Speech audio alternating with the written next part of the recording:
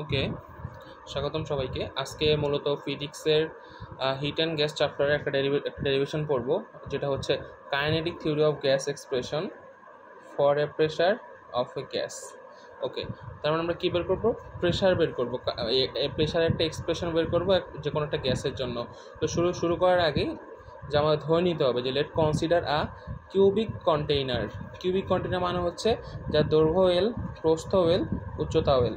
So আমরা ধরে নিব, so let consider a cubic container with length is L which contains N molecules. মানে এখানে এন সংখ্যক মলিকিউল তোমার কি আছে, অনেকগুলো মলিকিউলস আছে যারা যে যার মতো বেগে ছুটতেছে, ঠিক আছে? তো যাদের ভেলোসিটিকে আমরা ধরে নিলাম হচ্ছে একটা C1, C2 আর C3, রাইট? এখন সাপোজ আমরা ধরে নিলাম যে একটা মলিকিউল এখানে আছে, মনে করো পি, একটা মলিকুল পি, সে কী করতেছে দেখো, তার ভ্যালোসিটি কত ধরলাম C1, এই মলিকুলটা ধরলাম হচ্ছে পি, যার ভ্যালোসিটি হচ্ছে আমার C1। এখন যদি ভ্যালোসিটি C1 হয় তাহলে তার কি থাকবে? U1, V1 অ্যান্ড W1, এই ভ্যালোসিটিগুলো থাকবে। তার মানে দেখো, মনে করো একটা মলিকিউলস, সে এই দিকে যাচ্ছে, তার ভ্যালোসিটি কি, মনে করো C1, পি মলিকিউলস। এখন এর কি থাকবে? উপাংশ থাকবে, যাকে ইংলিশে বলা হয় কম্পোনেন্টস। তার মানে এক্স অক্ষ বরাবর একটা উপাংশ থাকবে, ওয়াই অক্ষ বরাবর একটা উপাংশ থাকবে, জেড অক্ষ বরাবর একটা উপাংশ থাকবে বা কম্পোনেন্টস থাকবে। তো আমরা ধরে নিলাম এক্স অক্ষ বরাবর থাকবে হচ্ছে U1, আর ওয়াই অক্ষ বরাবর যে কম্পোনেন্টসটা থাকবে সেটা হচ্ছে V1, আর জেড অক্ষ বরাবর যেটা থাকবে সেটা হচ্ছে, আচ্ছা তো বলতেছিলাম, তাহলে জেড অক্ষ বরাবর কম্পোনেন্টটা হচ্ছে আমরা W1। সো কম্পোনেন্ট মানে হচ্ছে উপাংশ, মানে এই বেগের তিনটা অক্ষ বরাবর যে উপাংশ সেগুলো। তাহলে আমরা ধরে নিলাম দেখো যে যদি C1 হয় তার কি থাকবে? U1, V1 অ্যান্ড W1, এগুলো কী হিসেবে থাকবে? As a components. কোন অক্ষ বরাবর? এক্স অক্ষ বরাবর, ওয়াই অক্ষ বরাবর, জেড অক্ষ বরাবর লিখে দিলাম রেসপেক্টিভলি। আচ্ছা, এখন সিমিলারলি যদি বাকি আরও যে ইগুলো আছে সেগুলো যদি খেয়াল করি, তাহলে সেগুলোর জন্য মনে করো C2 জন্য তাহলে কী হবে? U2, V2, W2, এগুলো এক্স ওয়াই জেডের জন্য, এইভাবে বাকিগুলো সো অন। ওকে, সো এখন আমার কি তো ধরে নিতে হবে, ধরলাম আমরা একটা পি, একটা মলিকিউল যার ভ্যালোসিটি হচ্ছে C1, ঠিক আছে? সো যে কী করছে, কোলাইড মানে কি, সংঘর্ষ হচ্ছে কার সাথে? অ্যাগেন্স্ট দ্য ওয়াল, মানে এই পাত্রের দেয়ালের সাথে একটা পি মলিকুলটা কী করতেছে আমার? সংঘর্ষ করতেছে, ঠিক আছে? মানে যে পাত্রটা আছে না, সেটা এক্স অ্যাক্সিসের উপর লম্ব। দেখো, খেয়াল করে দেখো, এটা যদি পাত্র হয়, এই ওয়ালটা কি লম্ব, এখানে এটা কি লম্ব। তাহলে কি লিখলাম? P molecule having a velocity of C1, যেটা কোলাইড করে কার বিরুদ্ধে? দ্য ওয়াল অফ পারপেন্ডিকুলার, কি এই ওয়ালের উপর, এই ওয়ালটা কি লম্ব, কার উপর লম্ব? এক্স উপর লম্ব। এখন দেখো, তোমার যদি কোনো একটা জিনিস এরকম থাকে, লম্ব থাকে, আর ভ্যালোসিটি যদি এইদিকে যায়, তাহলে বলো এদিকে শুধুমাত্র কোন ভ্যালোসিটিটা কাউন্ট হবে? শুধুমাত্র এক্স অ্যাক্সিসের ভ্যালোসিটি কাউন্ট হবে। দেখো, কারণ এই বরাবর কি, মানে এক্স অ্যাক্সিস, বস্তুটা যখন এই বরাবরই যাচ্ছে, আঘাত করবে কোনটাতে? দেওয়ালটাকে না? সো দেওয়ালটাকে আঘাত করলে তার কী হতে হবে? অবশ্যই এক্স অ্যাক্সিস বরাবর হইতে হবে, কারণ ওয়াই এক্স বরাবর তো উপরে চলে যাবে, তখন তারা করতে পারবে না। তার মানে তার পাত্রকে আঘাত করতে হলে অবশ্যই সেটাকে পাত্রটাকে কী এক্স অ্যাক্সিসে বরাবর যাইতে হবে। তাহলে দেখো, যদি সেই জিনিসটা C1 ভ্যালোসিটিতে যায় কিন্তু এক্স অ্যাক্সিস বরাবর যায়, তাহলে শুধুমাত্র কোন কম্পোনেন্টটা কাউন্ট হবে? এক্স অ্যাক্সিসে যে কম্পোনেন্টটা আছে, মানে হচ্ছে U1। ক্লিয়ার? এখন দেখি, আচ্ছা সো যেটা বলতেছিলাম, তাইলে দেখো, চলে শুধুমাত্র এক্স অ্যাক্সিসের যে ভ্যালোসিটিটা আছে এইটা শুধু কাউন্ট হবে, তাই না? তাহলে এখন দেখো, আমরা ধরলাম দ্য মোমেন্টাম বিফোর কলিশন, মানে সংঘর্ষের আগে যে কলিশন মানে হবে, সংঘর্ষের আগে যে ভরবেগটা, মোমেন্টাম মানে হচ্ছে ভরবেগ। ভরবেগ মানে কি? ভর ইন্টু বেগের গুণফল, ভর ইন্টু বেগের গুণফল। সো আমরা ভর ধরলাম এম, আর যেটা শুধুমাত্র এক্স অ্যাক্সিসের কম্পোনেন্ট কাউন্ট হবে। কেন কম্পোনেন্ট হবে বলে দিছি। আচ্ছা, তাহলে কলিশনটা কী হবে? মোমেন্টামটা Vm ইন্টু U1, U1 কি ওই পি মলিকুলার V1-এর যে বেগটা, সেটা ভ্যালোসিটিটা। ওকে, ডান। তাহলে এখানে এম কি বললাম আমরা? The mass of the molecule. তাহলে আমরা কী পাইলাম? যে এই যে মলিকুলটা আছে তার এই বরাবর ভরবেগ কি? MU1। ক্লিয়ার? ভরবেগ। ওকে, তো এখন আমরা জানি কি, আমরা ফান্ডামেন্টাল পোস্টুলেটস পড়ছি যে কোনো গ্যাসের জন্য যে কলিশনগুলো, সংঘর্ষগুলো কী হয়? ইলাস্টিক হয়। ইলাস্টিক মানে শক্তি কোনো শোষণ বা বর্জন হয় না, শক্তি যা আছে তাই থাকে। তার মানে তুমি যে সংঘর্ষটা হচ্ছে ইলাস্টিক, তার মানে মলিকুলগুলো যেই বেগে এখানে আঘাত করবে, বুঝো, পাত্রের দেওয়ালে যেই বেগে মলিকুলসটা আঘাত করবে, ঠিক সেই বেগেই আবার ব্যাক ফেরত আসবে। ক্লিয়ার? তার মানে এখন দেখি কি হয়। তার মানে বলতেই পারি, যেহেতু কলিশনগুলো elastic, the molecule will return with the same velocity, মানে যে ভ্যালোসিটি আঘাত করবে ঠিক সেই ভ্যালুটা ব্যাকে ফিরে আসবে। তার মানে কি, ইউয়ানে আঘাত করছিল পাত্রের গায়ে, সো ইউয়ানে আবার ব্যাক আসবে। কিন্তু খেয়াল রাখো, আঘাত করছিল এইদিকে, মানে যাচ্ছিল এইদিকে, তখন ছিল U1, বাট এখন E1ই যাচ্ছে কিন্তু অপোজিট ডিরেকশনে, সেটা কী হবে মাইনাস E1 হবে, এবং ডিরেকশনটা কি খালি মাইনাস হয়ে যাবে, বাকি E1ই থাকবে। তাহলে আমরা যদি বলি দ্য মোমেন্টাম আফটার কলিজন, মানে সংঘর্ষের পরে যেই মোমেন্টামটা ভরবেগটা, দেখো একই, এদের কি একই, খালি পার্থক্য কোন জায়গায়, এটা ছিল প্লাস, এটা ছিল মাইনাস। কেন মাইনাস? কারণ বেগের দিকটা হচ্ছে উল্টা, অপোজিট, দ্যাটস ওয়াই। আচ্ছা, সো আমরা এখন বের করবো চেঞ্জ ইন মোমেন্টাম, মানে হচ্ছে ভরবেগের পরিবর্তন।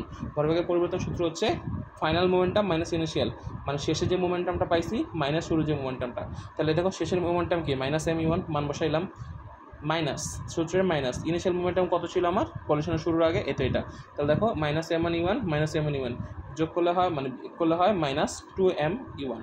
ওকে, এবার তাকাই, যখন এই কলিশনটা হয়েছে, মনে করো বস্তুটা এখানে ছিল, আমি অন্য একটা কলম এগিয়ে দেখাই। আচ্ছা, যখন কলিশনটা হয়েছে, মনে করো আমার এই পাত্রটা, এখন তুমি টু ডি একটা চিন্তা করো, সেটা বাদ। এখন এখানে তোমার আছে এই পুরো পাত্রের দৈর্ঘ্য হচ্ছে আমার কত L, খেয়াল করো এখানে মলিকুলসটা আছে।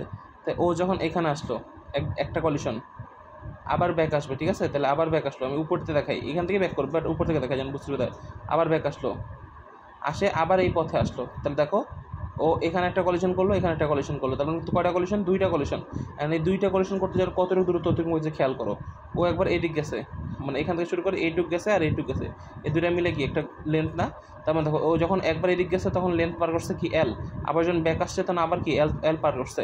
তার মানে আমরা বলতেই পারি যে ডিউরিং সাকসিসিভ কলিশন, মানে যখন একটা সফলভাবে সে একটা সংঘর্ষ পাস করছে, তখন সে মলিকুলটা কতটুকু ডিস্টেন্স ট্রাভেল করছে 2L, মানে সে 2L দূরত্ব সরছে, এইবার আবার L, আবার ব্যাকে আসছে আবার L, তাহলে ধরো 2L। তাহলে দেখো during successive collision the molecule travelled distance of 2L, তার মানে বুঝছি আমরা, তাহলে আমরা ডিস্টেন্স কী পেলাম 2L পরিমাণ রাস্তা সে অতিক্রম করছে। এবার খেয়াল করি আমরা বের করবো টাইম টেকেন, মানে এই 2L যখন সে গেছে, মানে বা কলিশনটা যখন হয়েছে কতটুকু টাইম লাগছে। ওকে, তাহলে দেখো আমরা সূত্র জানি S ইকুয়াল কি জানি আমরা VT না, সমবেগের ক্ষেত্রে, আর মলিকুলগুলো কি সমবেগে চলতেছে, ঠিক আছে? মনে করো যে একটা মলিকুল সমবেগে এটা চলবে। আচ্ছা, তাহলে আমরা যখন T বলি তাহলে T সমান আমরা কী লিখি S/V, S কি ডিস্টেন্সটা, V কি ভ্যালোসিটিটা। তার মানে ঠিক একইভাবে আমরা টাইম টেকেনটা বের করবো।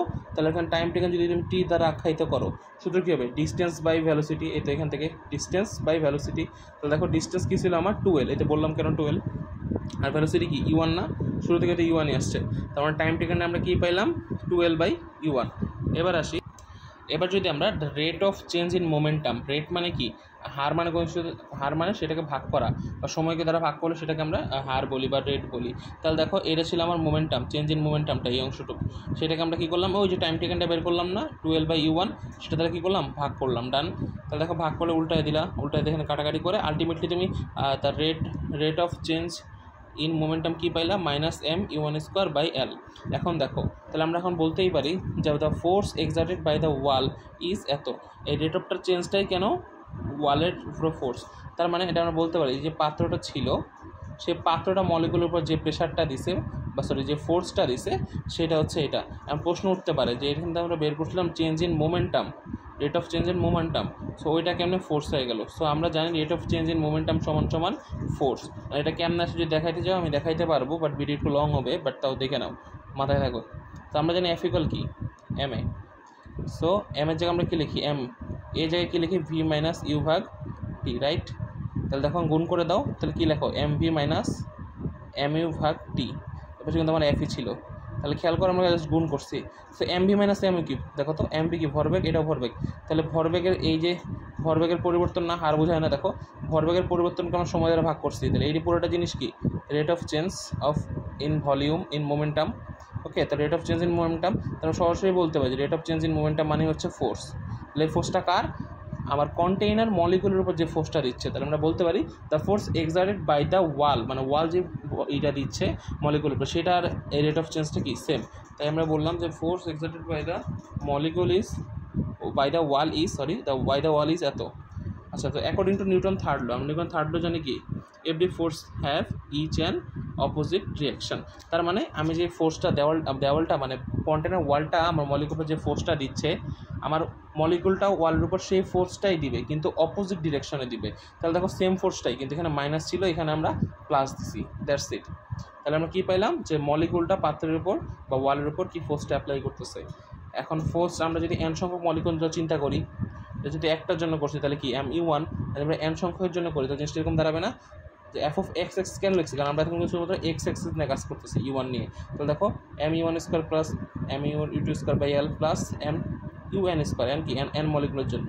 আচ্ছা, এবার যদি আমরা প্রেশারটা বের করতে চাই, আমরা জানি প্রেশার সূত্র কি P equal F by A। এ দেখো তাহলে আমরা কী করলাম, P equal F by A। এ কি, এ হচ্ছে এরিয়া বা ক্ষেত্রফল, কি ওই কন্টেনারের ক্ষেত্রফলটা, অ্যান্ড কন্টেনারের ক্ষেত্রফল কি L স্কোয়ার। কেন L স্কোয়ার, কারণ যেহেতু একটা কিউবিক টাইপ না, তার মানে একটা বর্গ টাইপ একটা কিছু, সো ক্ষেত্রফল কি দৈর্ঘ্য গুণ প্রস্থ। ওকে, সো বের করলাম।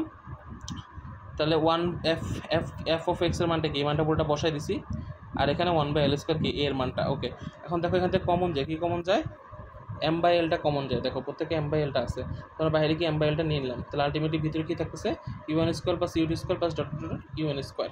তো দেখো m উপরেই থাকলো, l আর l স্কোয়ার গুণ করলে l কিউব হয়ে গেল, বাকি থাকছে শুধুমাত্র এইটা। দেখো শুধুমাত্র কিন্তু এক্স অ্যাক্সিসের জন্য আমরা প্রেশারটা বের করছি। খেয়াল করো আমরা শুরুতে শুধুমাত্র এক্স অ্যাক্সিসের কম্পোনেন্ট মানে u1 নিয়ে কাজ করছি। তাহলে এখন আমরা যদি সিমিলারলি করি যে বাকি y আর z যে দুটো অ্যাক্সিস সেগুলোর জন্য বের করি, তাহলে কি হবে, তাহলে আমরা যদি সিমিলারলি y আর z অ্যাক্সিসের কাজ করি, ফর্মুলা সেমই থাকবে। দেখো m/l কিউবই থাকলো, কিন্তু ও আগের এক্সিসগুলো কী ছিল, u1 square plus u2 square dot un square, but এই ক্ষেত্রে যেহেতু y অ্যাক্সিস, তো এখানে কী হবে v1 square plus v2 square vn square, কারণ শুরুতে বলেছি যে y অ্যাক্সিসের কম্পোনেন্টগুলো কি v1। আচ্ছা, তারপর z অ্যাক্সিস যদি বলি তাহলে ঠিক একই সূত্র সেম থাকবে, এখানে খালি কী হবে z এর যে কম্পোনেন্টগুলো w1 square plus w2 square plus wn square. এখন দেখো আমরা জানি কি এই যে গ্যাসগুলো আছে সেই গ্যাসগুলা মানে যেইটা গ্যাস, মনে করো একটা পাত্রে যে গ্যাসগুলো আছে, এই গ্যাসটা এই পাশেও যে প্রেশারটা দিবে, এই পাশেও যে প্রেশারটা দিবে, এই পাশেও যে প্রেশারটা দিবে, এই পাশেও যে প্রেশারটা দিবে, সব সেম। তার মানে the gas exactly same pressure, মানে কি গ্যাসটা সেম প্রেশার দেয় কোন জায়গায়, ওয়ালগুলোতে সেম প্রেশার দিবে। তার মানে এই যে তিনটা আমরা যে প্রেশার পেলাম এক্স ওয়াই জেড বরাবর, এই তিনটা প্রেশার কী হবে, সমান হবে। তাহলে এখন যদি আমরা টোটাল প্রেশারটা বের করতে চাই, তাহলে তিনটা যোগ করে ভাগ 3 মানে গড় করে দিব, ঠিক আছে।